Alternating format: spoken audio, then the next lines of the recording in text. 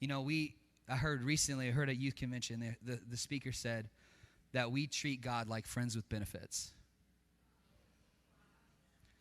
We treat God like friends with benefits. That we just come and get what we want when we want it with no commitment to the relationship. And it's got to be different than that. See, when this lust thing takes over, bad things happen. Things like sexual harassment. And see, this stuff happens in the workplace. We know it. There's stats that talk about it. And there's things that people start to hang up saying, hey, don't do this. This is what sexual harassment is. We have to actually say what it is because that's how far off point we are. Because we don't know that we're driven by this stuff because we've let it take hold in our life. And that's a problem. It talks about statistically that 1 in 4 women, 1 in 4, experience sexual harassment.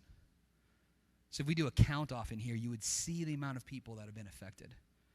We talk about all these statistics that are even further, even more if you're younger.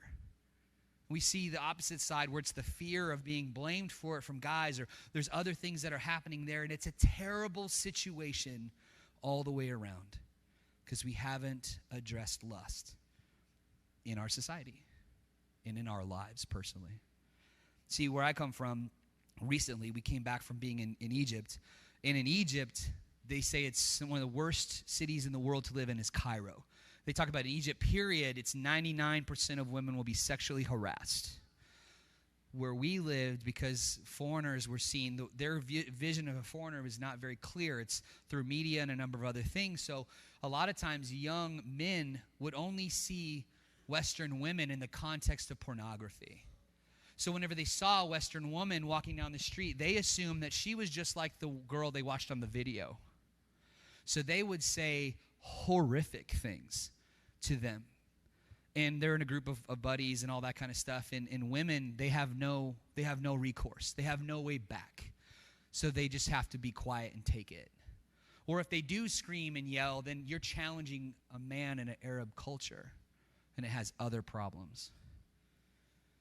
And so they started to fight against this, and you could see where they're having protests against it, saying this is not right. You need to defend your daughters and stop your sons from acting like this. And see, it's tough because we don't want to talk about that kind of stuff because it's so personal. And each one of us have those hormones pumped into us that makes us sexual beings. And so we start talking about this stuff, and it makes it difficult. I'll take a step back. I saw a tattoo on a guy one time. It was a dotted line with a pair of scissors on his wrist. It was like this. And he was a pretty tattooed guy, and I was like, of all the tattoos he had, it stood out so sharply for some reason. And I said, what does this mean? What does this tattoo mean? He goes, oh man, that's just something for me. I was like, well, can you tell me? Can you unpack it? He goes, sure. And he started telling me about this scripture. It says, you've heard that it is said, you shall not commit adultery. But I say to you that everyone who looks at a woman with lustful intent has already committed adultery with her in his heart. If your right eye causes you to sin, tear it out and throw it away. For it's better that you lose one of your members than your whole body be thrown into hell. And if your right hand causes you to sin, cut it off and throw it away.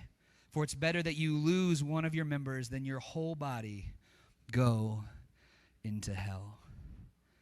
And so this guy's one tattoo of all his tattoos meant something so stark, so important, because to him he's saying a remembrance. This thing, this right hand, because he was right-handed, is very important to him. That he would have the perspective to not commit sin with it in any form, in any factor, in his heart as well.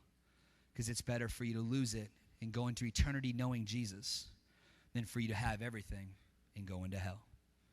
And see, that's a profound thing. That's a really sharp statement to yourself to say, saying, you know what, I'm going to have that kind of perspective. I'm going to check my heart in that way because it means this much to me, that I don't wreck my life sinning against God.